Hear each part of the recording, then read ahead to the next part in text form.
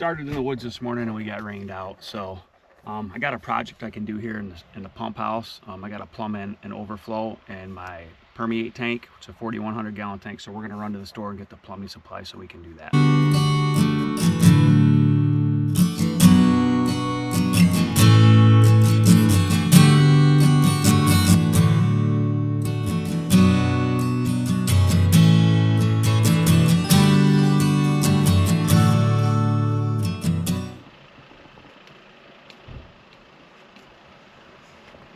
We got some plumbing supplies now. I'm gonna have to stick them out the window, I think.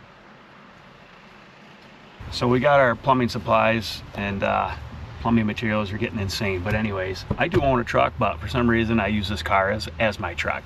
So we're gonna go back home and we're gonna put this stuff together.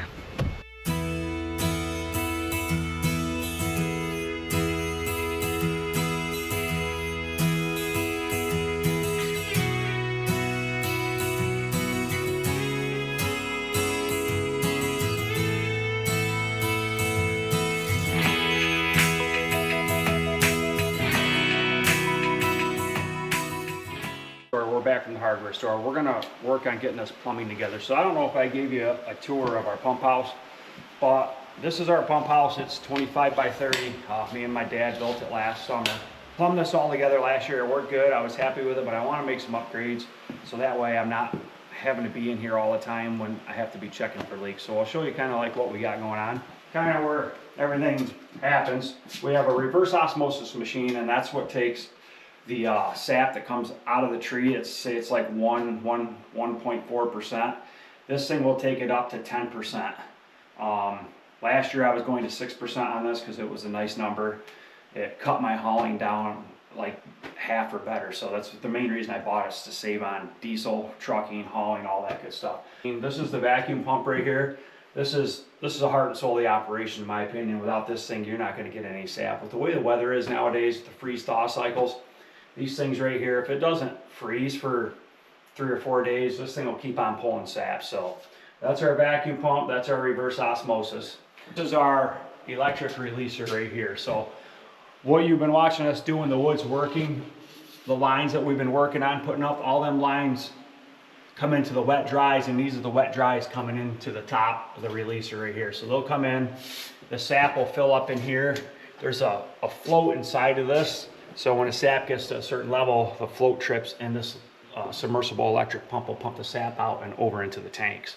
We're going to plumb in this fitting here, so this can fill up with 4,100 gallons of permeate, and then it can automatically just go right out the drain. I don't have to be here to like switch a valve or whatever, because last year on the other 2 tanks, I had to like be here. When I started concentrating, I had like an hour and then it would overfill the tank, so I had to like turn a valve and send it outside. So this is going to help us tremendously. So we're going to show you how we do that. First thing I got to do is find out where my drain is outside, which I put in last year. So it's roughly 4 inches off this exhaust pipe. So we'll go outside. We have to find this drain pipe, and we have to cut it and tie into it, and then go back up the wall and then come through the building and into the tank. So that should be someplace like right about here, 4 or 5 inches down. That pipe should be like right about there someplace. You can find it. I'm not sure how deep it is. Okay, so we found it. That was pretty easy. So I'm gonna have to cut this off. I got another fitting to go from 2 inch or from 3 inch to 2 inch. We're gonna have to cut that off and get that on there, and I'll show you that when we get there. 3 to 2 inch, and we're gonna put this in right here like this. So I got to dig a trench with a pickaxe up through there for about 10 feet, and then we're gonna go up to the wall and inside. So we're going to work on that trench right now.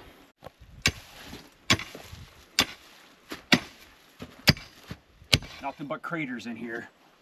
Oh, nasty.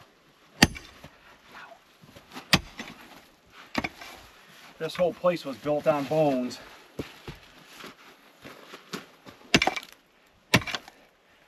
So I run heavy equipment for a living for a bridge construction company. I don't know how many people know that. But when I do stuff for myself, it seems like I always got to do it the hard way.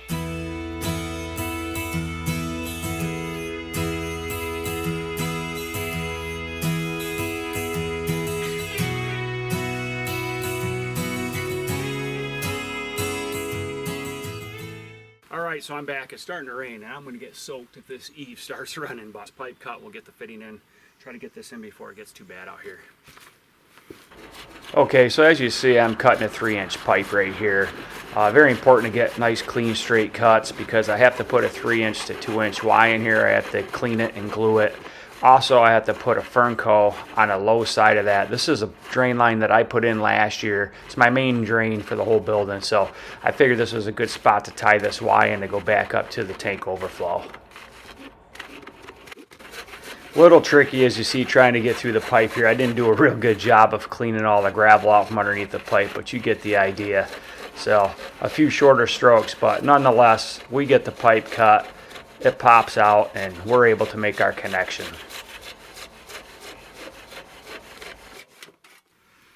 There's that. Working hard out here. I got pretty much everything ready to go here. Trench is dug. Everything's connected. I got to make one last connection as I go up into the wall, and I'll show you that right now.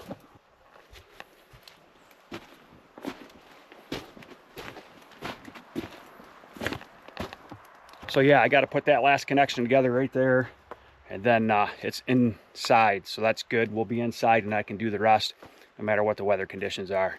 But it's September, we're running out of time, so cold weather's going to be here in a few weeks. So I'm trying to get this project done while it's raining. Up on the hill, we couldn't do much today, so this is important right here. This will save me having to come up here 100 million times during maple season. All right, so it's together. It's time to backfill this thing, put it to rest.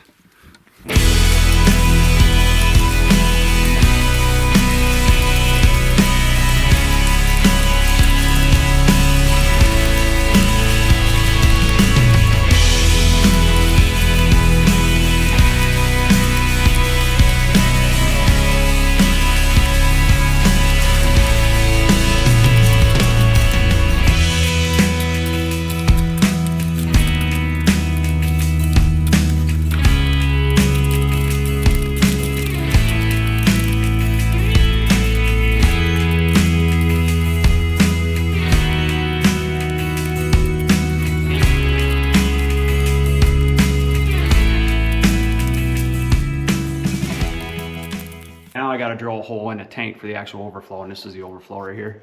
So I got another hole saw bit. We're going to drill through the side of the tank, then we're going to put this thing in there and then tighten the nut. It's got a, I don't know if you can see it, but there's a rubber O-ring on it. I'll show you that when we go to put it in.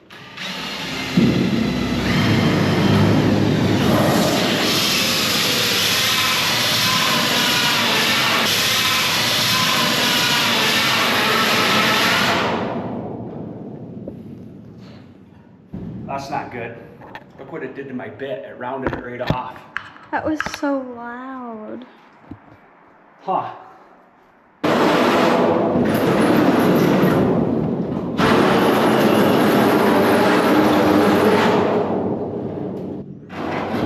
Wow.